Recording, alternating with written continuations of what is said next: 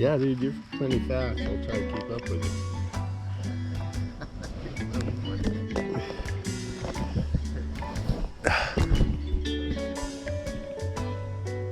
But you'll hear me behind you yammering about beer. I'm gonna try to lose it. You probably will. You've gotten very fast. Okay.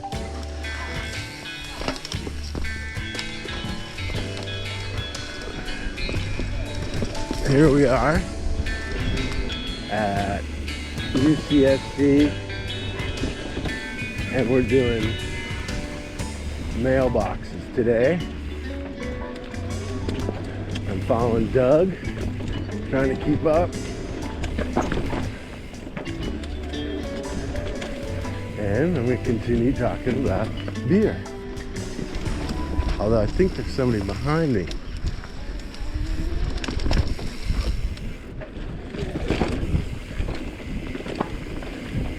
Maybe not.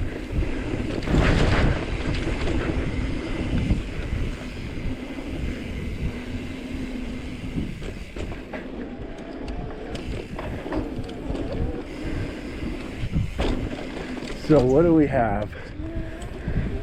We have the brew pub with the big grain silo full of pale malt, a bunch of bags of specialty malt. I'll get into recipes another day, but suffice to say, well, that's new. You have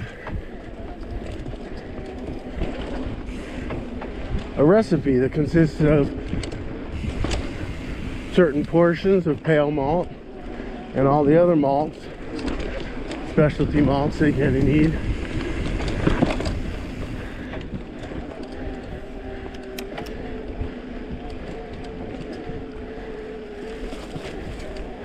Hops. There's lots of different types of hops, so you can, oh nice.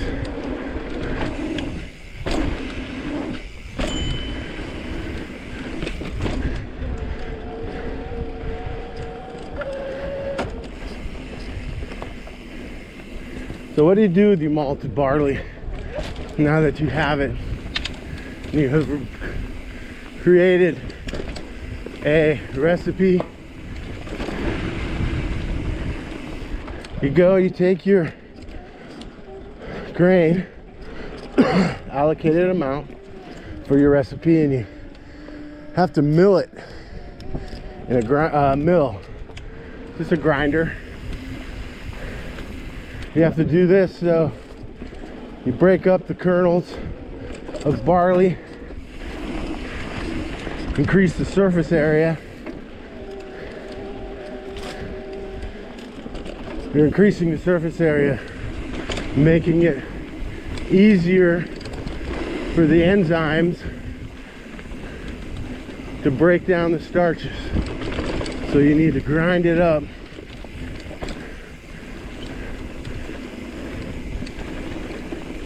Not too fine, or it'll just become like a soup or a porridge. You know, you gotta have a certain setting, make a certain chunkiness for it to be perfect. Now, milling is dangerous as fuck, so you gotta be very careful when you do it. Grain dust at certain concentrations in the air is highly explosive. So people have gotten blown up milling grain before. So we do ours outside so it can't accumulate to dangerous levels. You have to be super well ventilated, etc.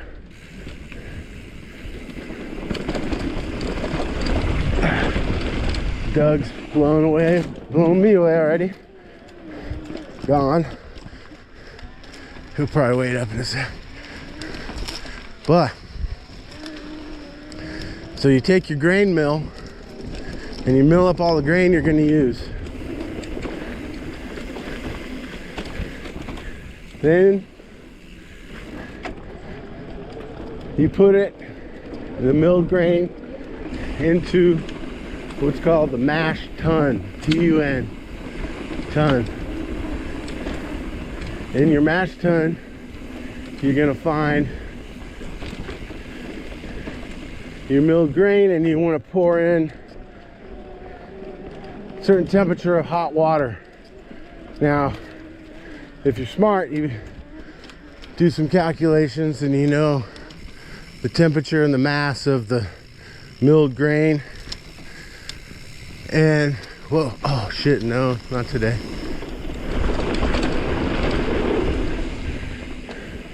So that when you pour the hot water into the grain, it levels off at an ideal temperature, roughly 70 degrees, but I'm not going to get into specific temperatures and stuff too much. But what happens is you have your what's called mash in the mash tun, and that is a bunch of perfectly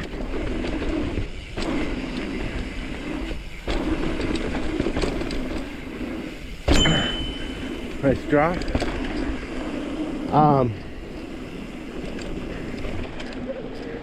Perfect temperature mash. Now what's going on in your mash? You have the perfect ideal temperature for these two enzymes I talked about in the last video. They're actually called alpha amylase and beta amylase. So you got the ideal conditions for these enzymes to flourish. Temperature, moisture, everything's ideal for them. So what happens in the mash? The enzymes go to the starches. And like I said, alpha amylase can go up to a starch chain. Now they're not just a bunch of polypeptide chains, single sugar chains. It's more of a matrix. So you're gonna have a whole shit ton of branches and forks, and it's a very complex network matrix of sugars stuck together. So this alpha amylase enzyme that's going to break up the sugar, they call it the liquefier. Basically what it does, and I'll use the number 5. I'm not exactly sure how many molecules it has to find, but it has to find 5 molecules in a row without a, whoa, here it is. Morning. You guys.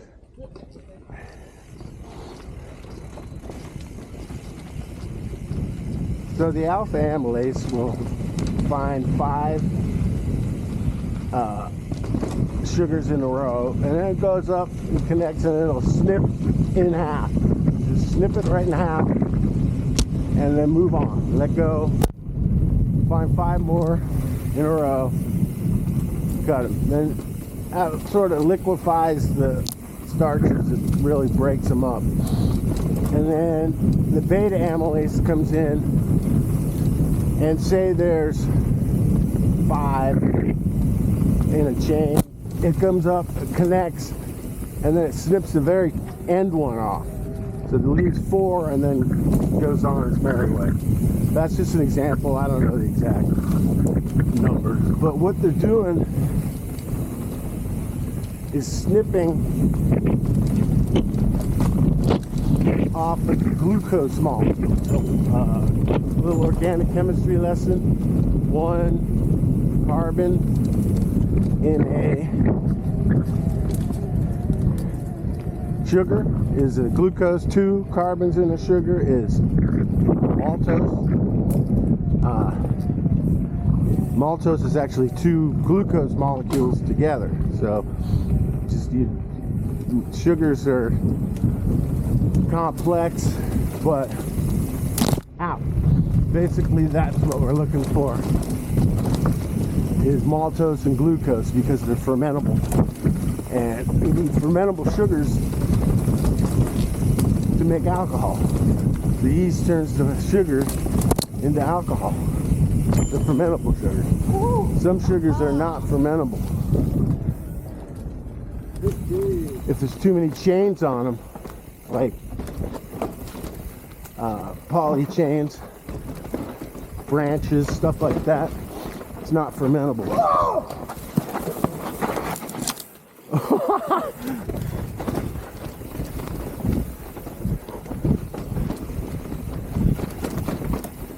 Okay, so what do you have now? You have enzyme-eaten starches, left a whole bunch of sugars,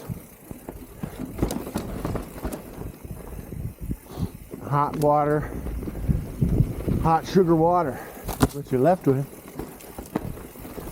And then you let it sit for a couple hours so that it can fully enzyme away the sugars, starches into sugars. Yeah, this part gets gnarly right here. Maybe I'll try this way.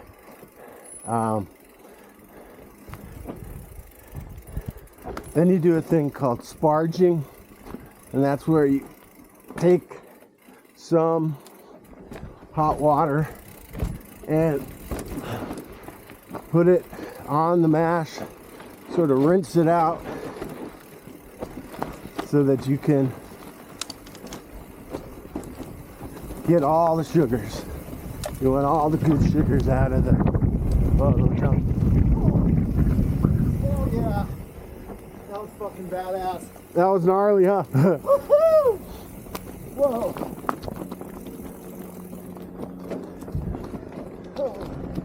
All right, so you got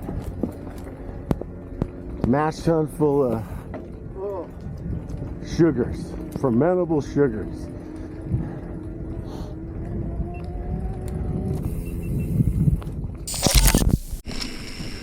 All right, we're gonna go down McChunk.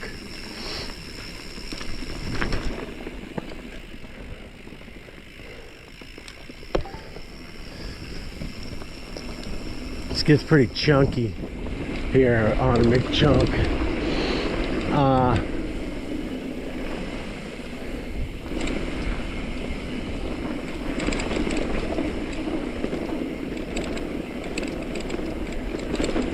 You got mash tun. You drain off your mash tun and you put the sugar water into a kettle because you're gonna cook it. You're gonna cook your sugar water.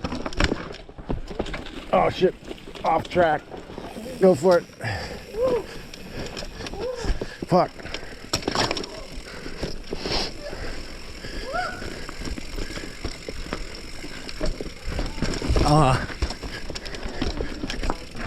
Sugar water drained into the kettle. You have a kettle.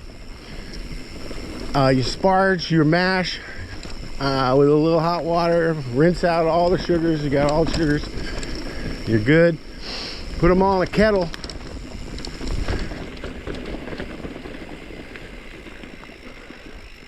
You gonna walk it? What are you gonna do? I'm river crossing. The river runs through it.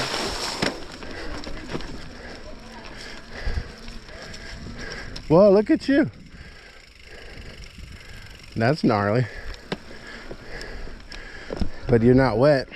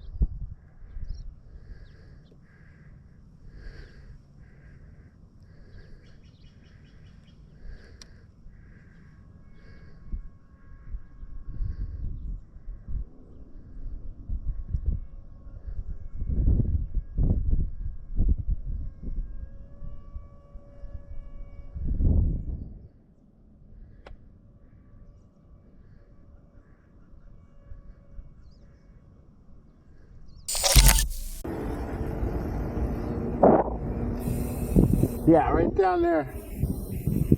Yep.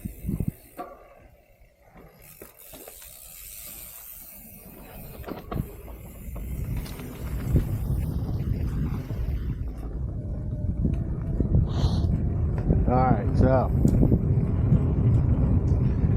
you've put all your sugar water into your kettle and you're going to boil it. And why do you boil it? You boil it because you sterilize it. That's the main reason. But along with sterilization, it also breaks down some proteins, amino acids, various other scientific stuff happens. But let's just say you boil it to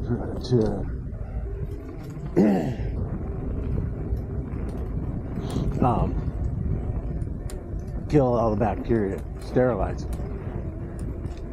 Now, you boil it for an hour or so, hour and a half. It's all part of your recipe.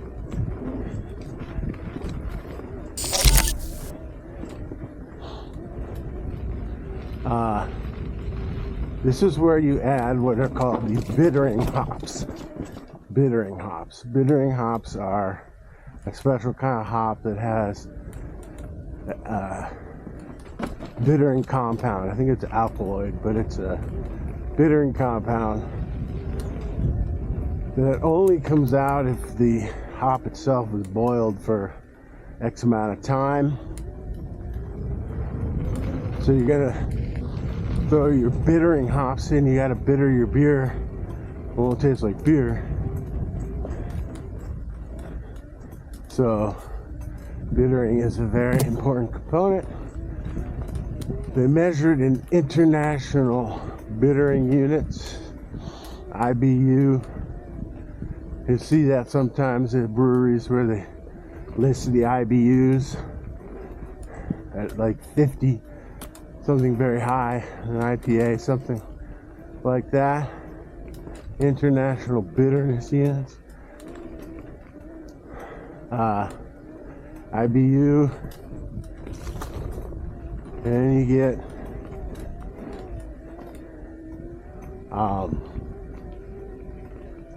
yeah, so you got your bittering hops in there now, and you're boiling it away.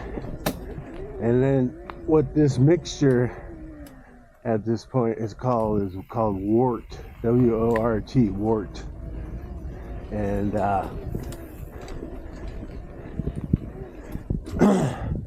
that's what you're gonna ferment, because it's basically just really hot, sterile sugar water at this point.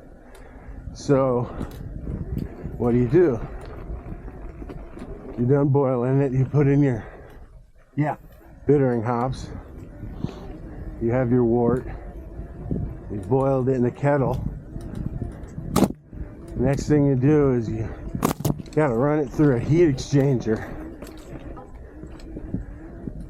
to cool it down, because if you try to introduce the yeast to hot wort, you will kill the yeast. They are living organisms. They will die at those temperatures. Unless you're Belgian, you can't just dump it out into a bin and let it warm. Let it cool, rather. Because one of the most important aspects of brewing is to get the yeast onto the cooled wort as soon as possible, because you're racing against time. Is you've created an ideal environment for bacteria as well, sugar water. And so what you have to do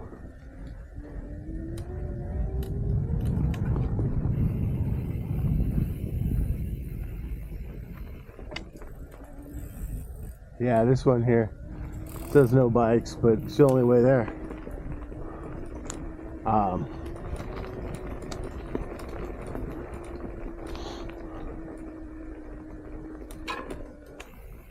Sugar water, cooled, You'll kill it if you do it, and the bacteria love this environment as well. So I've tasted many Brewing beers because the bacteria gets in there before the yeast can take over. If the yeast can take over, ideally what you want is, what happens is the yeast will start producing alcohol, and also it lowers the pH of the wort to levels the bacteria can't tolerate. So that they can't tolerate low pH, they can't tolerate high alcohol environments. So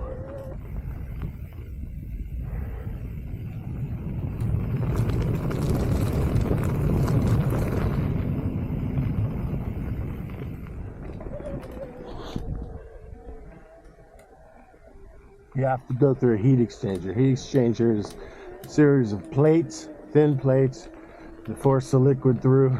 Every other plate is cold water. Every other plate is hot wort. And what you're doing is transferring the heat from the wort into the cold water. And what comes out is warm water and cooled down wort. So to cool it down, put it in the fermenter, you throw in your yeast, and if you did it right, the yeast will take over and the pH will drop and the alcohol content will go up. Bacteria won't be able to live in it. And that's fermenting. Well, what is fermenting? Let me think, did I forget anything? Cooled it down. Oh yeah, there's the last like 10 minutes of the boil, you throw in your aroma hops. So typically you'll throw in a bunch of hops towards the end just to get the oils. So specific hop type. I think it's that way. That has fragrant hop oils. It's what you smell when you have like an IPA that smells flowery. Finishing hops, last 10 minutes. So you did your bittering hops, you did finishing hops, different styles. It's all kinds of different hops you can use in your recipe, both for bittering and for aroma. There's another thing called dry hopping. That's when you put hops in the actual fermenter.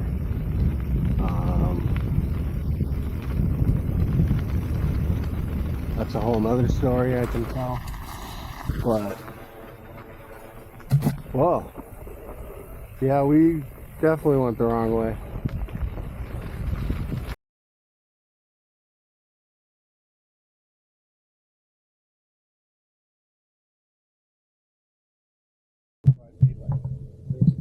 Sometimes I like road biking. Road biking is fun because you get cover a lot of distance.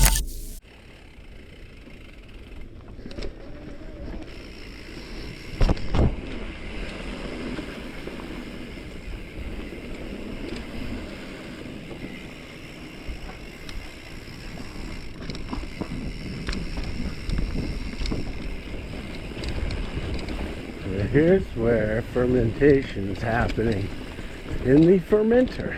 When the yeast is added, what happens? You got to think of a yeast as a round ball covered with mouths.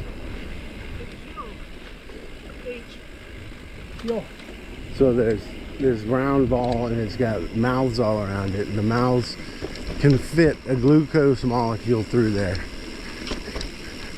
Or a maltose. I think they can fit glucose and maltose. Hello. Hello.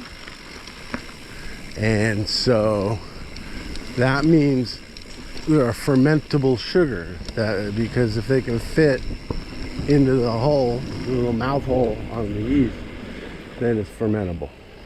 Hello. Lots of people on this trail. People down on the trail. Sure.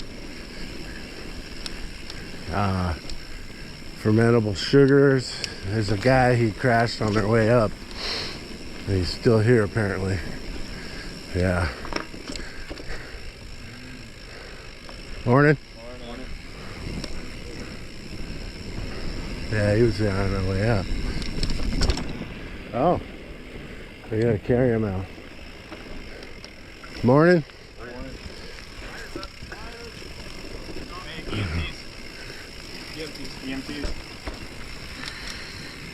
Ooh. They're gonna roll him. Must have busted his leg. Yikes. Anyway. For a sugar to be fermentable, it has to fit through the mouth hole of a yeast. That's why we went through the hassle of creating fermentable sugars with all our enzymes. So what happens is the yeast will... Hello. Bunch of people coming up. Okay, thanks. Yeast will just eat the sugar. Takes, you know, however long. Even had condors. And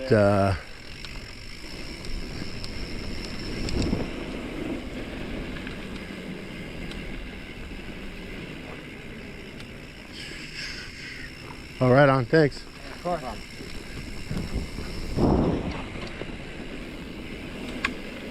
What do the yeast create? They're creating... Morning? Good morning. All right. Alcohol.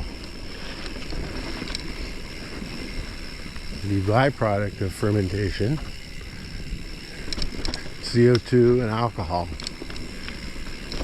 Carbon dioxide and alcohol.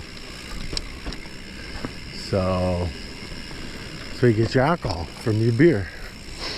And you can get your CO2, but most people add it later and let it dissipate while fermentation is happening.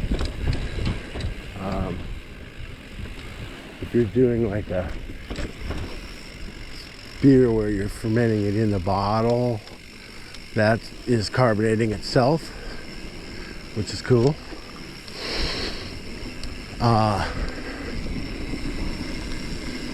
So where are we? We're at fermenting, because the fermentable sugars can fit through the mouth hole in a yeast, and non-fermentable sugars can't. So the non-fermentable sugars left in the beer give the beer a mouthfeel, a flavor. It's sweet because it's just sugar. It gives the beer sort of a viscous nature. Obviously, the more sugars there are, the more syrupy and sweet the beer is going to be, and that's a style difference thing.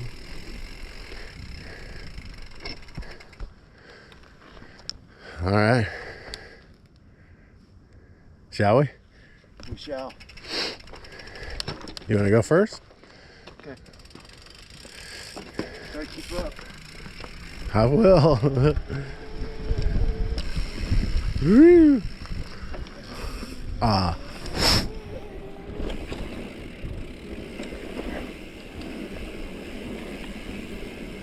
So now where are we? We're in a fermenter, and we've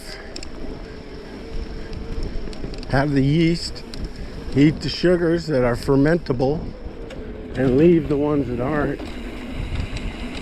And what happens is it's when they run out of sugars, the yeast just kind of go dormant and sink to the bottom. And then they might get filtered off the bottom.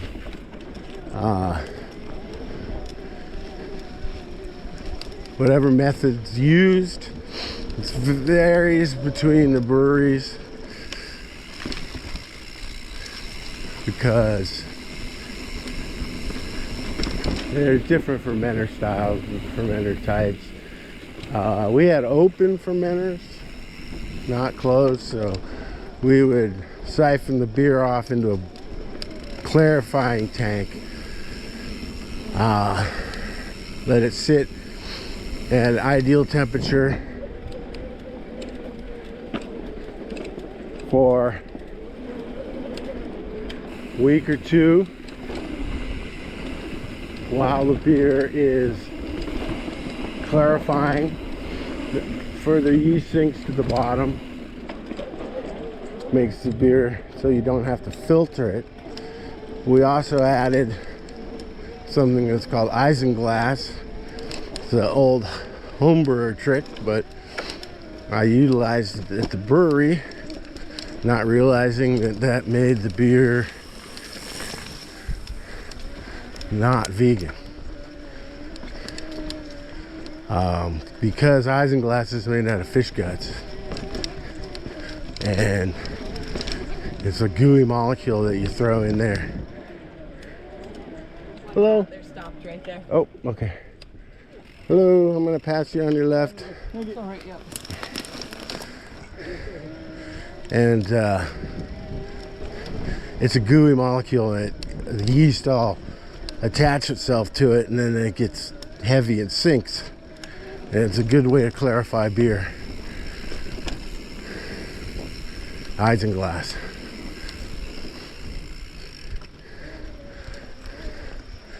Hey, buddy. Thanks.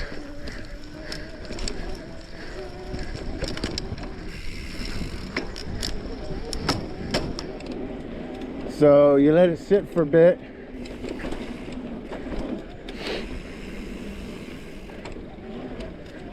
Then we would put it in a serving tank, which could hold pressure, and you simply apply carbonation.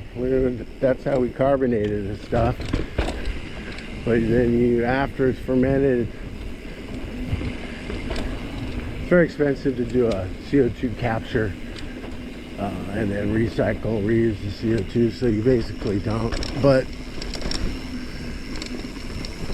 you add CO2 to your fermented beer. It's been lagered. They call it lagering, even if it's an ale. Aged, you know, you age it for a little bit. Add your CO2. Boom, you got beer. Wow, that was easy, right? I feel like I need to talk more about enzymes and the mouth hole on the yeast. Alpha amylase, beta amylase.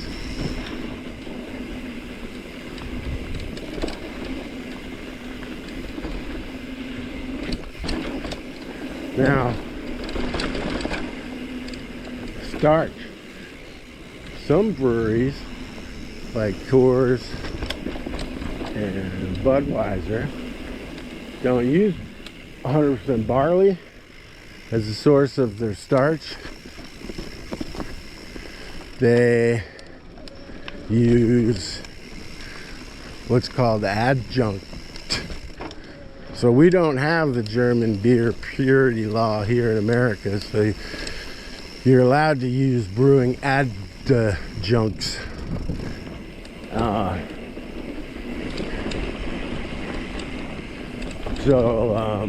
Corn and rice. So like I think Budweiser uses corn and Coors uses rice, or vice versa, one or the other, but that is their adjunct of choice. And they use some barley kernels to get the enzymes, the alpha and the beta amylase. They use some real barley just to get that. But then they take the stuff and put it in with rice and corn and stuff ground up, and that's just that source of stored. Because corn, all corn is just the same thing. It's just an endosperm with a pointy end. That's a plant. And rice is just starch.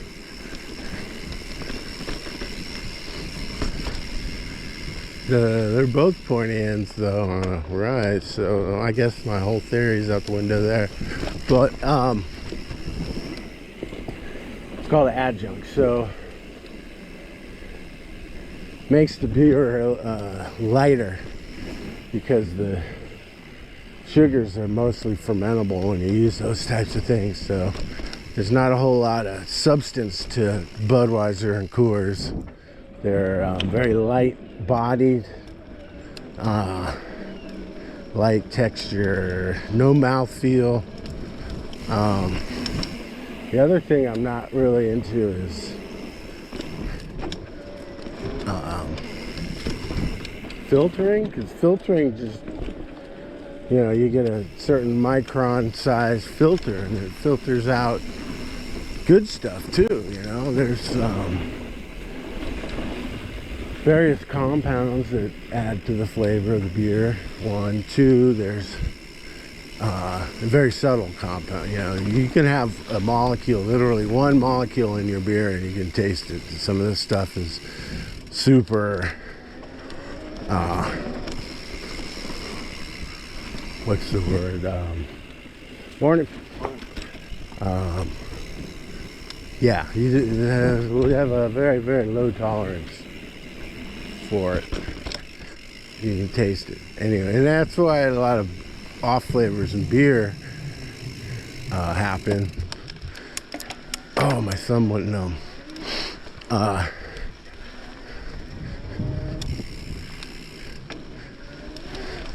If you screw up the brewing, fermentation temperature too high, too low, you let bacteria get in, all kinds of stuff can happen.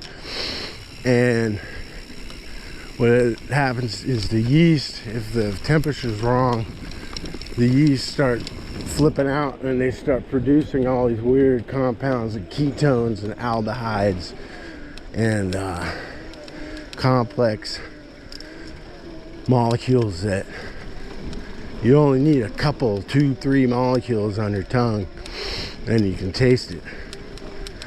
They're very, very, very low threshold. So some of these compounds are good though. You definitely want some of them in there for flavor profile, but the big reason why I don't like filtering is because they strip out the sugars as well, and you have your mouthfeel just removed from the beer. And that's why I don't like the Kolsch Kolsch beers, because they're it's already a lager, which is pretty light, and it has delicate flavor profile and sugars and mouthfeel, and then they filter it. They filter out all the, with anything that's in there, they use a super fine micron filter and filter the crap out of the beer, and then you're just left with this like ridiculous fucking shell of the beer. Not a fan of the Kolsch.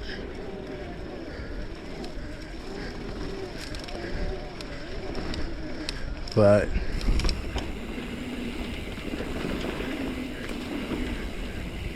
Not a big fan of the Budweiser or Coors either.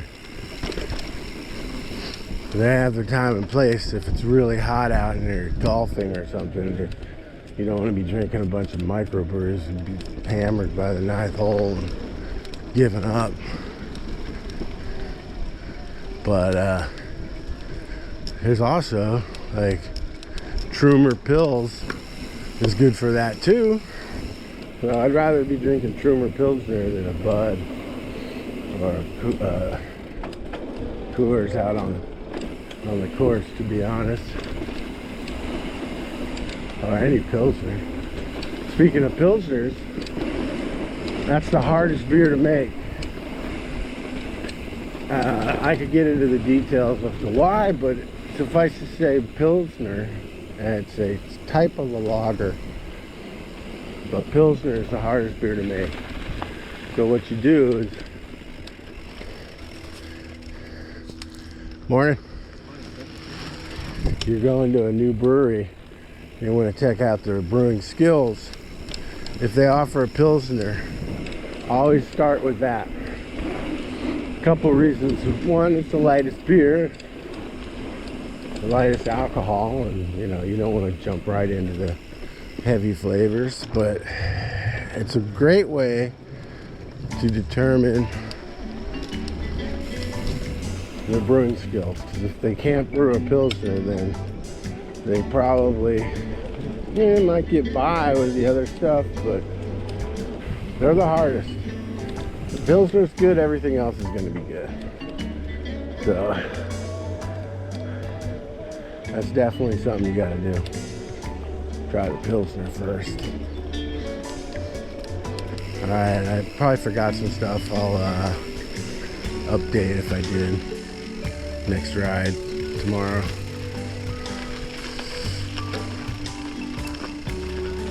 Right on.